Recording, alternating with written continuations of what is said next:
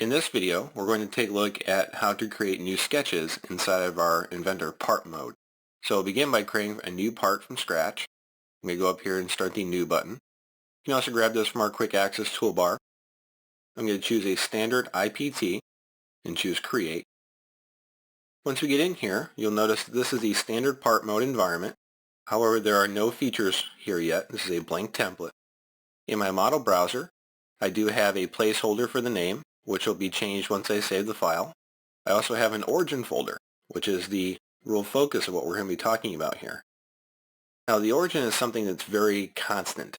It never changes. It's the one thing you can rely on inside of a file to never fluctuate and never move around on you. Therefore, we'll be utilizing the origin features to help build our first base features.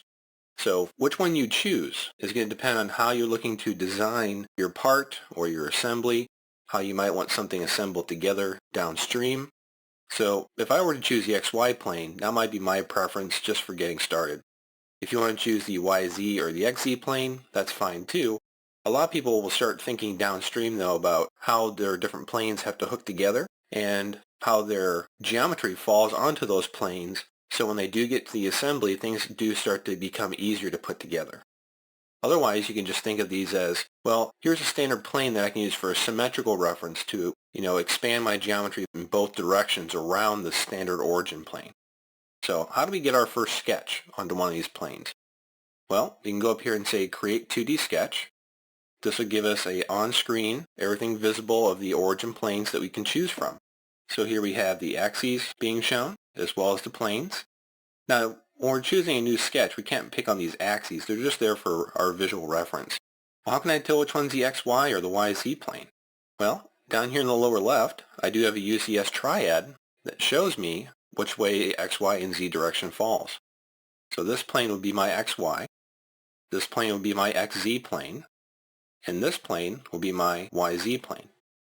Now, as you can tell from my dynamic prompting behind my cursor, which we have turned on earlier, you can see it says to select a plane, and I'll start a sketch on that plane. So if I were to go up here and choose my XZ plane, it immediately starts me onto that plane for me. I do have an origin point projected, and this is actually not just the default. This is having just the origin flat here. I'm going to adjust some settings for our sketch so we can better see the flat plane that we're on. I'm going to go up to my application options. So I chose the application menu at the top left. Now I'm going to choose the options button here. On the sketch tab of our application options, I'm going to turn on the axes and the minor grid lines. I normally run with these turned off, and over time you may too as well, but for the purpose of the course and as new learners, we're going to have them turned on. I'll say OK. So you can see the axes going through my center point, just as a reference. If I scroll out, you can see that that doesn't change. So let's talk about the significance of this yellow dot. This is the origin point. For, I would say, 80 to 90% of the sketches you're ever going to do, this origin point will be all you need to really tie your geometry into your origin planes. You can use a lot of dimensions and geometric constraints, which we'll learn about in this course, to help tie you to this origin and to use it effectively.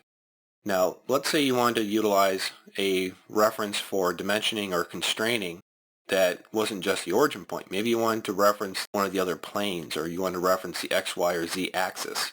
Remember, these planes don't ever change, so they're very stable geometries. So if you wanted to utilize something like the X-axis, or the Y-axis, or the Z-axis, and you can see as I move my cursor over here on the left, over top of them, they do start to show up about where they are at. So what a lot of users will do when they come to Inventor for the first time is they'll come over here to the left, they'll try to find what they're trying to reference, like let's say the YZ plane for instance. I'll right click on that and choose Visibility. Now that turns the plane on. It looks like a solid line because I'm looking at it straight on. If I actually rotate my cube, you can see that this plane is going through that sketch. And if I were to try to draw something with it, I would not be able to click on this. I would not be able to reference this when I'm trying to dimension or constrain. If you would like to reference this onto your 2D flat sketch, you must use a Project Geometry command. That is located up here at the top of the screen. So we have Project Geometry. I'm going to choose that plane now. And what I'll do is put down a reference of that line slicing through the plane so I could start dimensioning or constraining or drawing from it. So that's one thing that really sets Inventor apart from some other 3D parametric modelers. You must use this Project Geometry tool to reference other pieces of geometry into your sketches. So if I go up here and I choose Project Geometry again, still selected, and this time I were to choose the XY plane. Notice you don't have to have the plane visible to select it, and that will reference in my XY plane. Once you're done with the sketch, and clearly we have to create some sort of profile or a shape here in order to really move on, but when you finish the sketch, you want to right-click in your marking menu. You can choose your Finish 2D Sketch, or conversely, you can go up to the upper right portion of the screen and choose Finish Sketch, and that'll exit you out of the sketch. In our tree, you will see a placeholder here for our Sketch 1 that we've created. This little thumbtack that's on top of this will mean that sketch is fully constrained, which is something we'll be discussing throughout the course.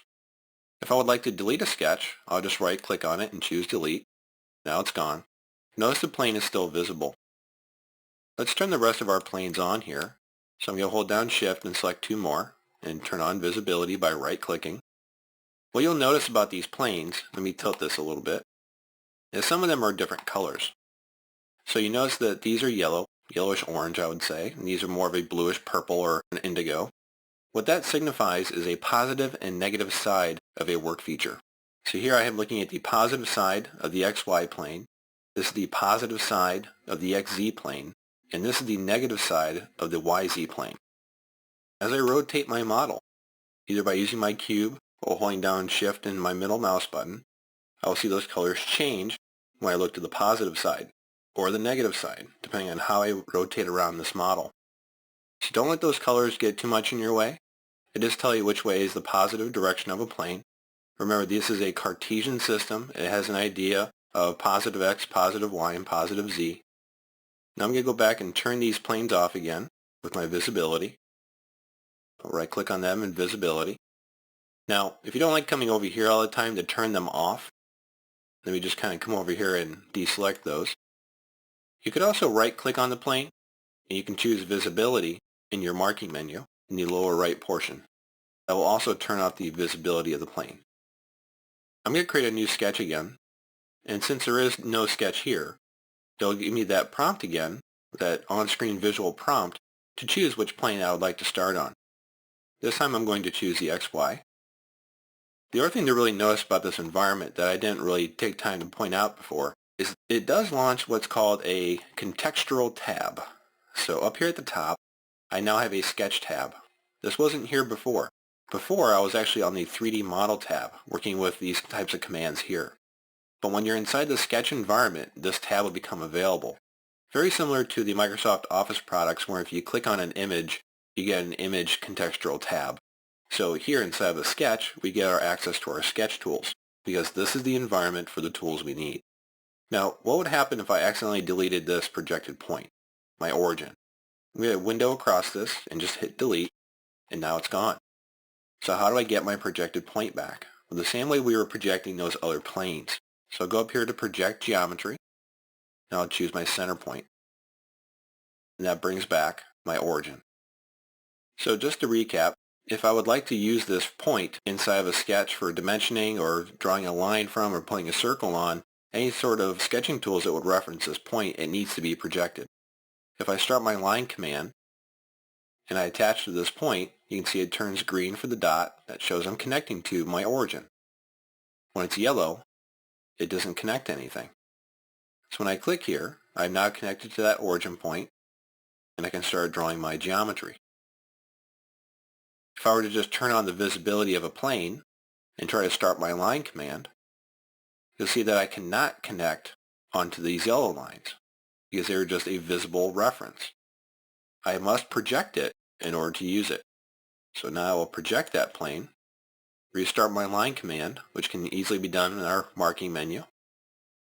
Now I can actually connect to this. This topic of project geometry will be utilized throughout the course, so it's important we understand it. How it references our origin planes helps us get out to a good starting point for our designs. So this was a look at creating new sketches inside of Autodesk Inventor.